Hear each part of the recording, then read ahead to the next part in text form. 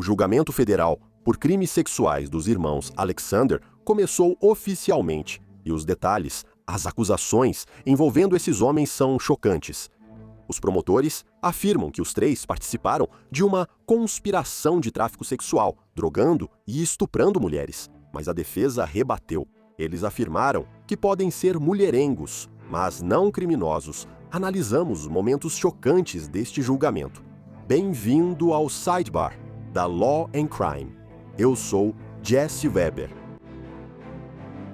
Tudo bem, eu sei que isso é uma mudança de assunto, mas preciso dizer que este é um patrocinador importante. Este é um produto muito importante para todos vocês aí. Se você se importa com a pele, o Particle Face Cream simplifica sua rotina. Afinal, quem tem tempo para cuidados completos?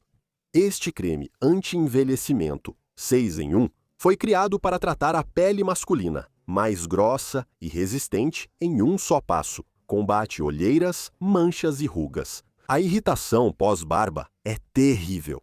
Ele ainda hidrata e nutre com ingredientes comprovados, como ácido hialurônico, vitamina E e óleo de jojoba. Junte-se a mais de 1 milhão de homens no mundo e sinta-se confiante com pouco esforço. Confira a Particle no link abaixo e use o código SIDEBAR20 para 20% de desconto no site. Muito bem, o julgamento criminal federal dos irmãos Alexander em Nova York já começou.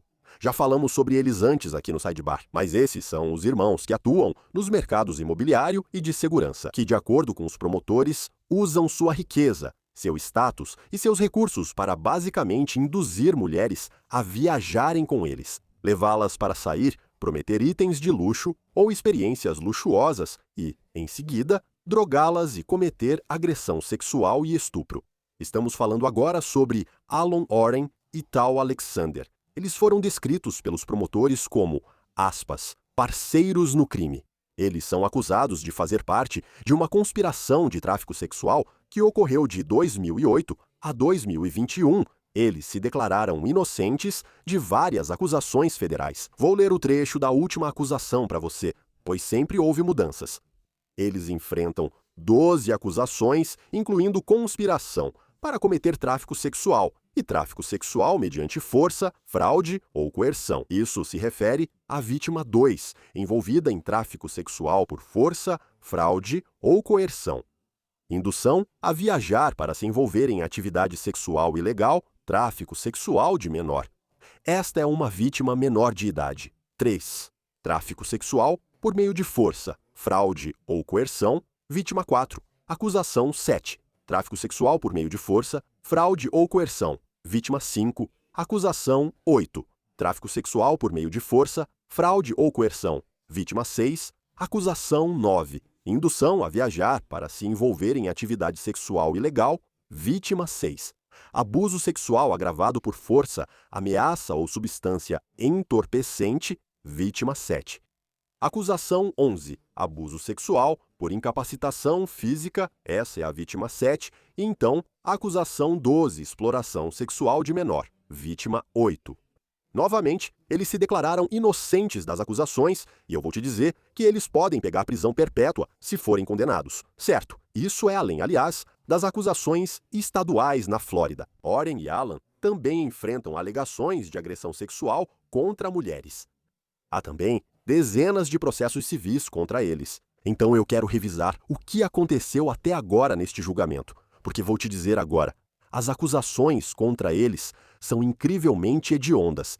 E esses caras, não posso enfatizar isso o suficiente, eles eram figuras constantes na vida noturna e no cenário social de Nova York e da Flórida. Eu me lembro de uns 10 anos atrás, 15 anos atrás. Eu sabia quem eram. As pessoas comentavam sobre eles. Nunca os conheci. Só ouvia falar. Eles eram figuras marcantes, então as acusações sobre o que faziam nos bastidores impressionam.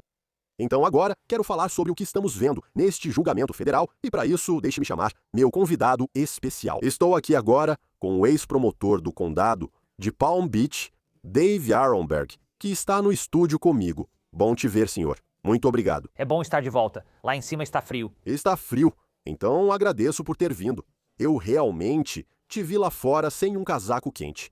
Espero que o público saiba que sou da Flórida. Nós nem sequer temos casacos. Verdade. Antes de começarmos, onde as pessoas podem te seguir para acompanhar seu conteúdo? Sim, no Substack como Dave Aronberg, também sou conhecido como policial da Flórida. Sim. Estou em todas as redes sociais, mas assine no Substack.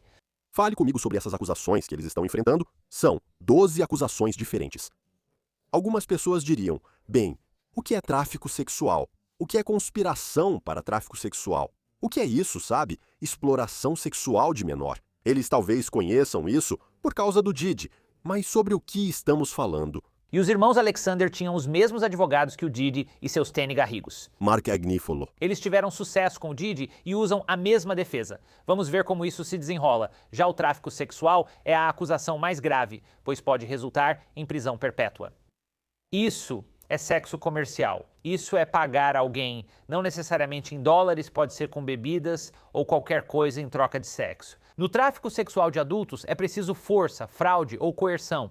Para menores de idade, isso não é necessário. Então, eles estão dizendo que usavam a promessa de luxo, experiências luxuosas, viagens, acomodações, para atrair e seduzir mulheres para esses lugares onde eram estupradas à força ou agredidas sexualmente. Então, em outras palavras, onde poderia haver dificuldade? No caso do Diddy, para dizer que eu me lembro, ele foi considerado inocente de tráfico sexual. Você considera essa uma definição mais direta, como numa prova de direito, de tráfico sexual? Ela corresponde aos elementos aqui. Se as alegações forem verdadeiras... É parecido com o caso do Diddy. Ele foi absolvido das acusações mais graves, mas isso não diminui a gravidade das alegações, assim como as feitas contra os irmãos Alexander. Acho que a diferença para mim é que os irmãos Alexander têm tantas vítimas dispostas a ir e testemunhar em um julgamento usando pseudônimos, mas testemunhar com as próprias palavras e mensagens de texto delas se gabando. E isso é algo que você não via tanto. Com Diddy, onde as próprias palavras dele voltaram para assombrá-lo, ele era muito cuidadoso. Os irmãos Alexander, nem tanto. Vou apresentar duas narrativas concorrentes, expostas pela acusação e defesa nas declarações de abertura deste caso. E para deixar claro, não há câmeras no Tribunal Federal, então isso é apenas com base nas reportagens. Mas aqui você tem uma noção do que está acontecendo. Duas versões diferentes. A promotora Madison Mazer falou ao júri, composto por 6 homens e 6 mulheres. Isso importa para você? Não só achei interessante. É raro ver júri com 6 homens e 6 mulheres. Como promotor, você pensaria que mulheres seriam mais simpáticas às vítimas femininas, mas nem sempre é assim. Mulheres podem ser muito críticas com outras em casos de violência doméstica ou agressão sexual, e às vezes é preferível um júri majoritariamente masculino. Ok, isso é interessante, tudo bem. Então, isso foi o que o promotor disse. Abre aspas. Esses 3 irmãos se disfarçavam de festeiros, quando na verdade eram predadores. Os irmãos usaram todos os meios necessários, às vezes drogas, às vezes álcool, às vezes força bruta, para cometer seus estupros. Eles seguravam fisicamente as vítimas, eles colocavam GHB e Xanax nas bebidas. Você vai ouvir o relato de uma mulher que tal segurou, enquanto Alan e outros 2 estupravam essa mulher. E eu acho que isso se refere a alguém que tinha 16 anos na época. Eles relataram que o júri assistirá à gravação do suposto estupro de Oren contra Amélia, uma jovem de 17 anos, quase incoerente e sem memória do ocorrido. Os jurados souberam que lerão as mensagens dos irmãos após certos incidentes, nas quais comemoraram ter estuprado mulheres e meninas. Foi o que Smizer disse. E as mensagens entre os irmãos supostamente comprovarão isso. Ela acrescentou: essas mensagens mostraram exatamente o que sempre falamos. Consciência de culpa, fim da citação. Os réus sabiam que precisavam ficar longe de um tribunal como este. Uma mensagem destacada mostra que, segundo uma suposta mensagem de texto, eles disseram que só poderiam ser prejudicados se, abre aspas, alguma vadia reclamando. E foi destacado como eles vieram de uma família rica. Viviam esse estilo de vida luxuoso, mas que esse estilo de vida luxuoso tinha um lado sombrio, de acordo com Smazer. Agora, essa é a narrativa da acusação. Vamos começar por aí. Eles explicaram o que tentarão provar. O que te chama a atenção? Nós mencionamos o caso do Diddy mais cedo. Uma coisa no caso do Diddy que eu acho que convenceu os jurados foi que havia pessoas, na cabeça deles, que foram voluntariamente para festas, sabendo que seria uma festa sexual. Estas não são as alegações aqui, certo? Aqui as pessoas estavam apenas em uma festa comum e supostamente foram estupradas pelos irmãos, que depois registraram tudo. Eles mesmos falaram depois, se gabando do que fizeram e gravaram parte disso. Então acho que por isso as provas aqui são mais fortes. Mesmo que nos dois casos, seja com Diddy ou com Alexander, as acusações sejam igualmente terríveis. Ao analisar as acusações, percebe-se que, diferente do caso do Diddy, aqui há tráfico sexual, mas indução a viajar para se envolver em atividade sexual ilegal ou, como você disse, tráfico sexual de menor ou abuso sexual agravado por força, ameaça ou uso de entorpecentes. Essas são, de novo, acusações mais diretas de provar do que, digamos, uma acusação de conspiração. Sabe, houve um acordo. Sim, porque aqui, olha essas palavras, são palavras amplas. Quando você está falando sobre tráfico sexual, indução, facilitação, transporte, abrigo, essas situações podem caracterizar tráfico sexual, mas você também menciona sexo consensual.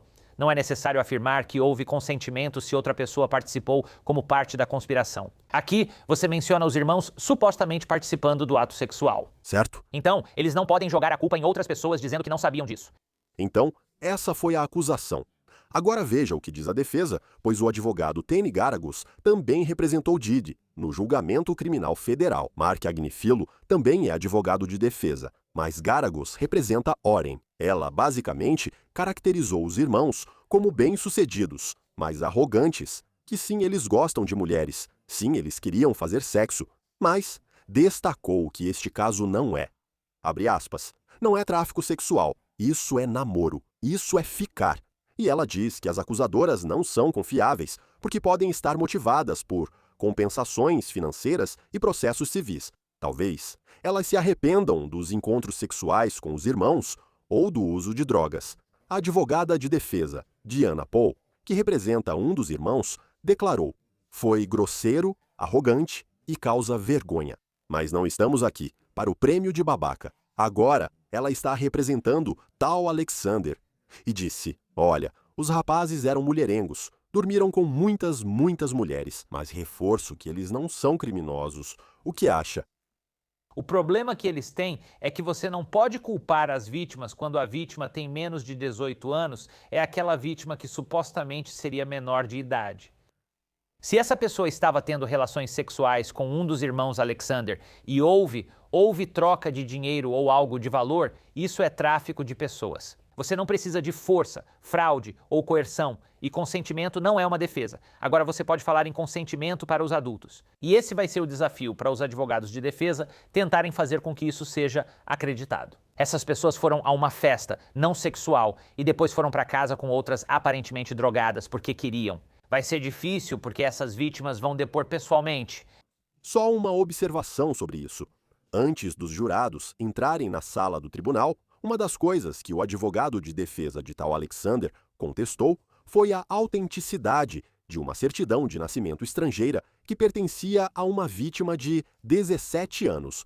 Novamente, essa é uma pessoa que supostamente foi filmada por Oren durante um episódio sexual. A defesa argumentou que esse documento, que aparentemente foi emitido meses após o nascimento dessa garota na Europa, não havia sido devidamente autenticado, então isso levantou dúvidas sobre se a idade dela na época poderia ter sido estabelecida, se era conhecida. E a juíza aqui disse que consideraria os argumentos e a jurisprudência antes de emitir uma decisão. E eu fico pensando como isso complicaria a análise. Muito interessante. Bem, não é o que ele pensa, é se ela tinha 18 anos ou não. Pela lei federal, a menos que você tenha, existe uma exceção muito restrita, você não teve a oportunidade de observar a pessoa então, mas isso não se aplica aqui. Ele passou tempo suficiente com essa pessoa para ver como ela era, então isso não é uma defesa. Agora a questão é se ela tinha 18 anos ou mais. Agora, se houver prova de que ela tinha 18 anos, então isso tira o caso do tráfico sexual de menores. Você teria que provar força, fraude ou coerção, mas se ela não tinha 18 anos, acabou para eles. Só isso já pode dar prisão perpétua. Vou falar sobre o depoimento agora, ok? Já ouvimos sobre depoimentos neste tribunal. Uma acusadora, que usou o pseudônimo de Kate Moore, testemunhou e ela declarou que foi drogada e agredida sexualmente por Elon Alexander em 2012 na casa dele. E isso foi depois de conhecê-lo na festa do ator Zac Efron, em Nova York. Agora, para deixar claro, Zac Efron não tem nenhuma ligação com isso. Não foi acusado de nenhum delito. Aparentemente, todo esse encontro aconteceu em uma festa na casa dele, certo? Agora, ela afirma que naquela noite tomou êxtase, mas em uma boate mais tarde, depois que lhe entregaram uma bebida. A próxima coisa que ela lembra é de acordar nua, em uma cama, com Alan supostamente em pé ao lado dela, também nu. Ela afirma que ele continuava a empurrá-la para baixo. Foi o que ela disse. Citação: "Eu não quero fazer sexo com você." E ele supostamente respondeu: "Ah, você já fez?" E então riu na minha cara. É isso que ela afirma que aconteceu. E então ela diz que não só foi estuprada, mas tal entrou no quarto e não fez nada. Agora, advogado de defesa de Alan Alexander, Howard Strebnick e Alex Kahn, advogado de defesa de tal Alexander. Eles interrogaram Moore. Aparentemente, ela foi interrogada por horas e eles focaram nos detalhes da linha do tempo dos eventos. Quanto ela tinha bebido. Ela tomando mole. As conversas dela com advogados civis, embora eu ache que ela ainda não abriu um processo civil. A ideia é que ela usou drogas voluntariamente e que tudo foi consensual. Dave, esse é um caso complicado? Esse depoimento é complicado? Vão colocá-la na parede. Aliás, Howard Strebnick é excelente advogado. O irmão dele, Scott, sócio no escritório, foi meu monitor de acampamento anos atrás. Não gostei disso. Uau, o mundo jurídico é pequeno mesmo. Bem, Sul da Flórida. É. Sim, não é uma comunidade jurídica tão grande assim. Mas quando se trata dessas acusações, são acusações sérias e a única defesa seria o consentimento, então você teria que provar isso. Não só ela concordou em ter relações sexuais com os irmãos, mas também que a questão de ter sido drogada não aconteceu, que ela tomou voluntariamente. Seja MDMA, êxtase ou qualquer outra coisa que veio depois, e é aí que a toxicologia é importante. Se você não denunciar logo, as substâncias saem do corpo e você não consegue provar o que usou. Naquele dia, foi claro, cobriu o julgamento de Harvey Weinstein e estava na audiência. Uma condenação pode ocorrer só com o testemunho da acusadora. Você não precisa necessariamente de perícia, não precisa de DNA, não precisa de imagens de vigilância, não precisa de mensagens de texto, mas obviamente tudo isso ajuda. E esses eram casos, aliás, em que ele foi acusado de crimes sexuais de anos atrás. Aqui, se você está falando de supostos crimes de tantos anos atrás, e você tem, potencialmente, uma questão de por que só vieram a público nos últimos anos para falar com as autoridades. Eles não contaram para ninguém imediatamente? Há duas formas de ver isso. Pode-se dizer que há fatores complexos que explicam por que supostas vítimas de agressão sexual não se manifestam ou comentam o ocorrido. Se você lida com alguém de alto status e poderoso, é importante considerar isso. Uma das acusadoras relatou que leu sobre os irmãos terem enfrentado acusações antes, mas se livraram delas. Então ela pode ter sentido: como vou me manifestar? Mas, ao mesmo tempo, a defesa está dizendo: não é interessante? Você só está se manifestando agora? Você tem algum incentivo? Como um júri avalia isso? o júri só precisa avaliar isso? Eles têm dificuldade porque você tem. A questão de saber se o relato tardio é algo que mostra que não aconteceu ou se o relato tardio pode ser por causa das coisas que você mencionou, intimidação.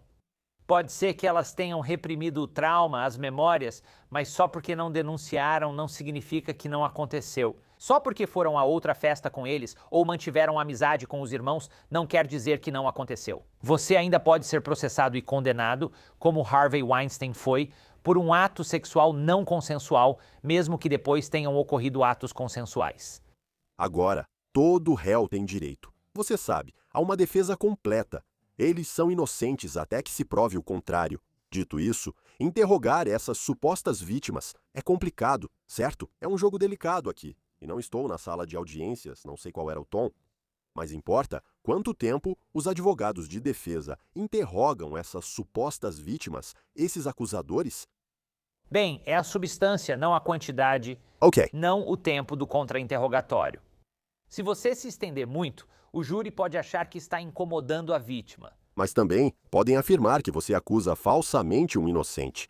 Bem, sim, mas todos estão acusando eles injustamente? Essa é a questão. Força e números E é aí que o número de força importa. Eles vão ter várias pessoas desse lado. Didi se beneficiou do fato de que havia uma testemunha que se recusou a aparecer, uma vítima, suposta vítima. E aí você tinha. As pessoas que depuseram, exceto Cassie, não foram tão firmes e eram menos numerosas do que aqui.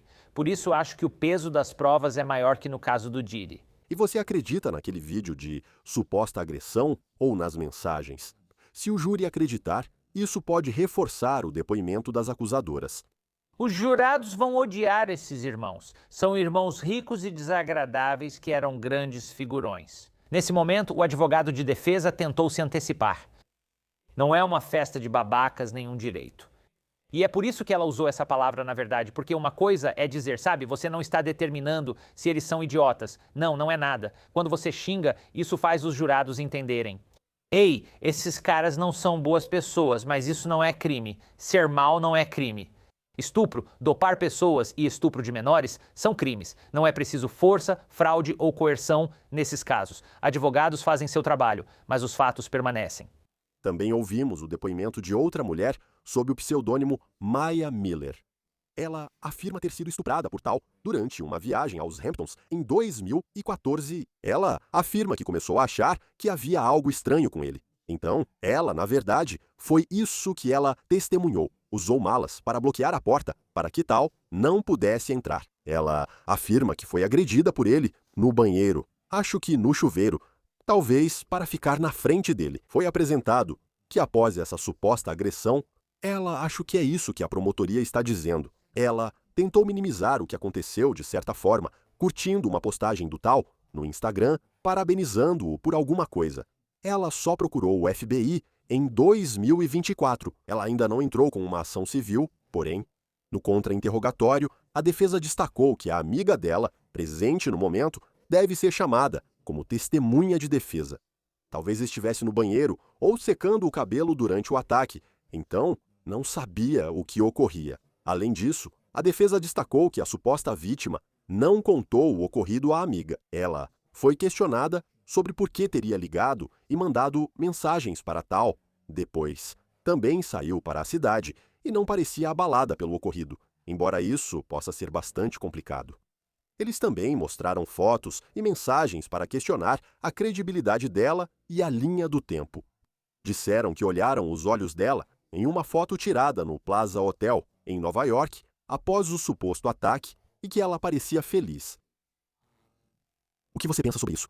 Tudo isso é uma evidência relevante. Esses advogados de defesa são bons. E é isso que acontece quando você está processando esse tipo de caso. Você vai ver as vítimas sendo colocadas à prova. É por isso que muitas vítimas não se manifestam. Por isso muitos dizem que não vale a pena, pois você acaba questionando atitudes, mentiras e o passado sexual delas, mesmo que não devesse. As leis de proteção às vítimas de estupro proíbem questionar a roupa da pessoa na época e restringem falar sobre seu passado. Esse tipo de situação pode ocorrer e deixar a vítima bastante desconfortável ao passar por isso e ao ser interrogada por horas como testemunha. E é por isso que você vê que esses são crimes subnotificados. Além disso, se houver a percepção de que existe um motivo financeiro, como quando entram com processos civis, isso também é um problema. Promotores odeiam quando advogados civis se envolvem. Eles dizem: aguarde o fim do caso, pois isso pode afetar sua credibilidade. E o governo também chamou uma testemunha separada, que afirmou que Maya Miller revelou esse suposto assédio anos atrás, em 2020. Então, não em 2024, em 2020, isso pode ser relevante. O que ela disse na época é mais relevante do que anos depois, embora o que disse depois também conte. Você só busca outra forma de confirmação, ele afirmou. Ela perguntou: até que ponto as mensagens de texto vão contar a história? Parece que uma mensagem foi mostrada. Essas prostitutas baratas vindo para os Hamptons naquele fim de semana. Tal teria enviado detalhes da confirmação do voo de Miller conforme e-mail visto pelos jurados. E-mails e mensagens de texto podem ajudar no caso. É por isso que eu digo que os jurados vão odiar esses réus, porque essas mensagens de texto, no mínimo, mostram que eles são idiotas. Canalhas, pessoas que só falam besteira. Após ficarem com mulheres e com mulheres no júri, elas vão odiá-los. Acho que isso pode influenciar a mente dos jurados. Mesmo que eles tenham algumas dúvidas na cabeça sobre se houve estupro ou não. Acho que podem negar o benefício da dúvida por odiarem quem se gaba dessas conquistas sexuais. Não parecem pessoas que você convidaria para o dia de ação de graças. Quão problemático é para os irmãos serem julgados juntos, já que algumas acusações se aplicam a uns, outras a outros e algumas a todos. Como isso influencia o julgamento coletivo? Sabe? Eu acho que é melhor para a defesa. Se eles pudessem tê-lo separado, se eles soubessem se pudessem tê-lo separado...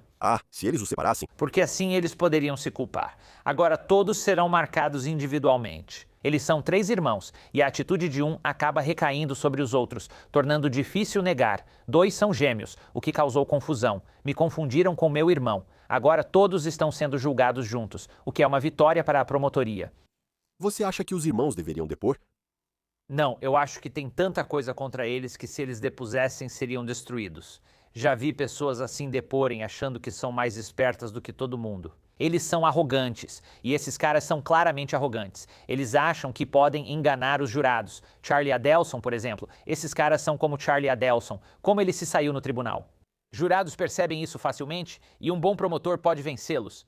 Acho que esse julgamento deve durar cerca de um mês. Então, vamos acompanhar de perto. Já estamos acompanhando faz tempo. Dave Aronberg, obrigado por participar. Agradeço mesmo. Isso é o que temos agora no Sidebar. Obrigado por acompanharem. Inscrevam-se no YouTube, Apple Podcasts, Spotify ou onde ouvirem seus podcasts. Também estamos na Peacock da NBC. Com episódios do Sidebar, me siga no Instagram ou X. Meu programa na News Nation, Jesse Weber ao vivo, vai ao ar de segunda a sexta, 23h no horário do leste. Até a próxima, obrigado.